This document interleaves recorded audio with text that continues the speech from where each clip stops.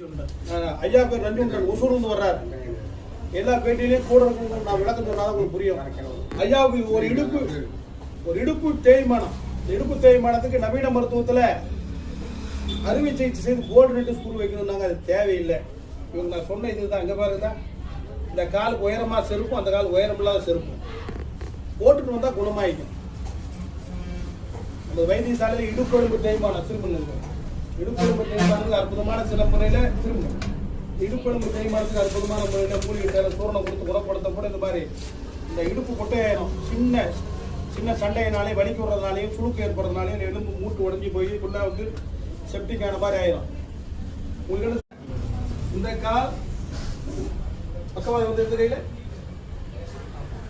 எலும்பு முறிவு அறுவை சிகிச்சை செய்து உள்ள பிளேட் வச்சிருக்காங்க. அந்த கால் பக்கவாதம் வந்துருக்கு.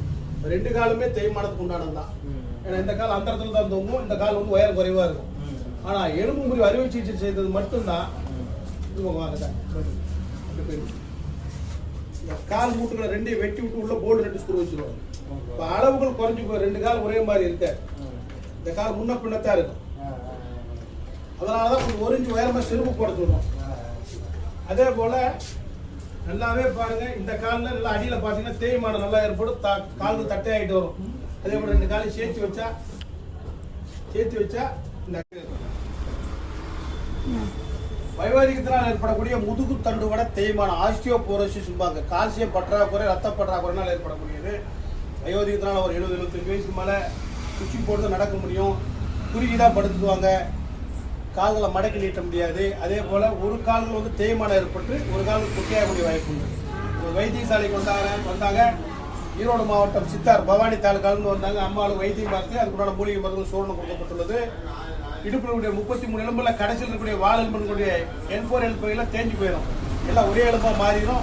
ஒரு பக்கம் சாஞ்சி தான் கிடப்பாங்க. அதுக்கு வாக்கிங் ஸ்டிங் வாங்கி போடணும். அதுக்கு முன்னாடி உயரமான செருப்பு ஒன்று வாங்கி போட்டீங்கன்னா பிரச்சனை இல்லை. ஆரம்பத்தில் சிரமமாக இருக்குது, கஷ்டமாக இருக்குன்னு தான் சொல்லுவாங்க. திரும்பி இந்த வியாதிக்கு வந்தீங்க, எப்படி இருக்கு இங்கே வந்து எப்படி இருக்குது அனுபவம் சொல்லுங்க. எங்கே இது நம்ம இடம் எங்கே இருக்குது, நீங்கள் எங்கேருந்து வந்தீங்க, உங்களுக்கு என்ன சொல்லுங்க. ஃபேஸ்புக்கில் பார்த்துங்க. ஃபேஸ்புக் பார்த்துட்டு வந்துருந்தாங்க. மைசூரில் இந்த இதை பார்த்து ஹாஸ்பிட்டலில் வந்து சரியாக இருக்கும். அது கொஞ்சம் பரவாயில்லைங்க, நல்லா இருக்குது. இடுப்பு வலிக்கு வந்தது. காலத்து ஒரு தேவை பிடிச்ச மாதிரி இருந்துச்சு. வேலை இருந்துச்சு, நல்லா இருக்கு. என்ன வேலை செய்கிறீங்க?